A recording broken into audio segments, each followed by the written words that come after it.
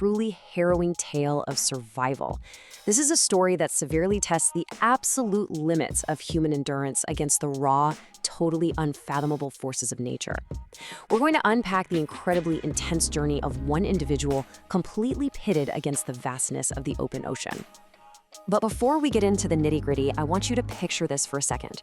Ask yourself, how long could you survive in a small, yellow plastic boat in the middle of the open ocean? Seriously, imagine the scenario. You're utterly alone. The land has completely vanished. There's literally nothing but water in every single direction.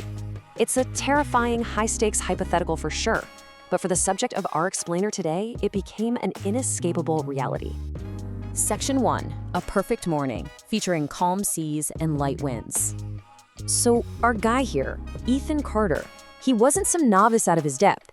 He was a 29-year-old, highly experienced kayaker who had spent years navigating this beautiful coastline. He respected the ocean, always checked the weather, the whole shebang. What was supposed to be just a peaceful Saturday morning exploring rocky sea caves with crystal blue water, dolphins and seagulls, well, it quickly devolved into a brutal 3-day survival marathon out in the unforgiving open ocean. Section 2, Swept out to sea by a powerful current.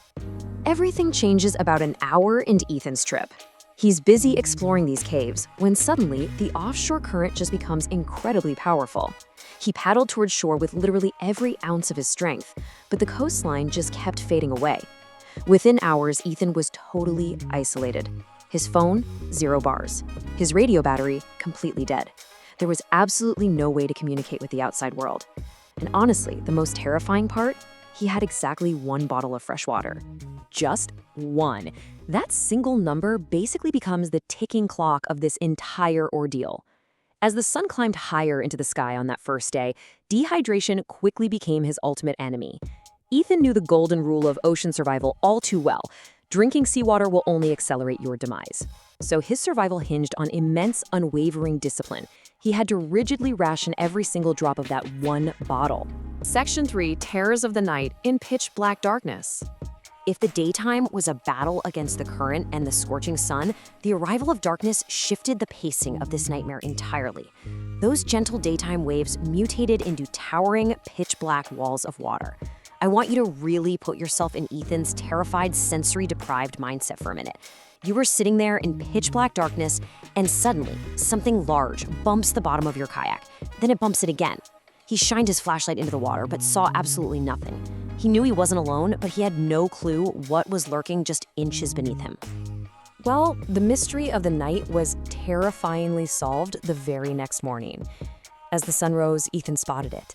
The unmistakable shape of a shark's fin slicing through the surface just a few yards away from his tiny plastic boat. The immense psychological toll here is just hard to overstate. The animal circled his kayak once, then twice, and then mercifully it just disappeared back beneath the water, leaving Ethan shaken to his absolute core. Section 4, Pushed to the brink through compounding challenges. Meanwhile, back on shore, there's a massive Coast Guard search underway.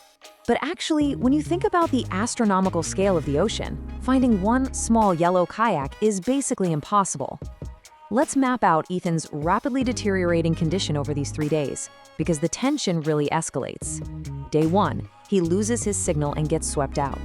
Night 1, he's plunged into pitch-black darkness and bumped by something unknown. Day 2 brings that terrifying shark encounter, which is immediately followed by a massive storm. And by day 3, he is staring down total physical collapse. That second-day storm I just mentioned, absolute chaos. Towering waves crashed violently over his tiny boat, nearly flipping the kayak completely upside down. By this point, every single muscle in Ethan's body was screaming with exhaustion. Yet, despite all of this, he maintained a complete refusal to stop fighting. His internal drive to survive was somehow stronger than the storm itself. Section 5, The Rescue. A completely dire situation. By the 3rd day, Ethan was running on absolute fumes. His lips were severely cracked, his hands were actively bleeding from gripping the paddle, and his shoulders just burned with agonizing pain. But he kept paddling because he knew stopping meant certain death. Then, late on that 3rd afternoon, the impossible happened. Step 1, he heard a distant engine. Now, at first, he totally thought he was hallucinating. Step 2, he actually spotted a fishing boat. Step 3, Summoning the absolute last ounces of his fading strength, he frantically waved his bright orange emergency flag. And step 4, he blew his safety whistle over and over. For several agonizing seconds, the boat just kept moving forward. But then, it changed course. They had seen him. Just minutes later, strong hands finally pulled Ethan aboard. He collapsed right onto the deck, completely unable to even speak from sheer exhaustion. The captain of the fishing vessel handed him a bottle of water and quietly delivered this incredible quote: "You kept fighting, and that's why you're still here." That's absolutely crucial. While the elements were completely out of his control, his sheer will to live is what ultimately saved him. Section 6, Lessons from the Deep, and a look at human resilience. Now that we've made it through the unbelievable suspense of Ethan's ordeal, I want to zoom out for a second. What does it actually take to survive the unimaginable? It really boils down to 3 core survival concepts. Preparation. Ethan was an experienced kayaker who brought an emergency flag and a whistle, tools that eventually saved his life.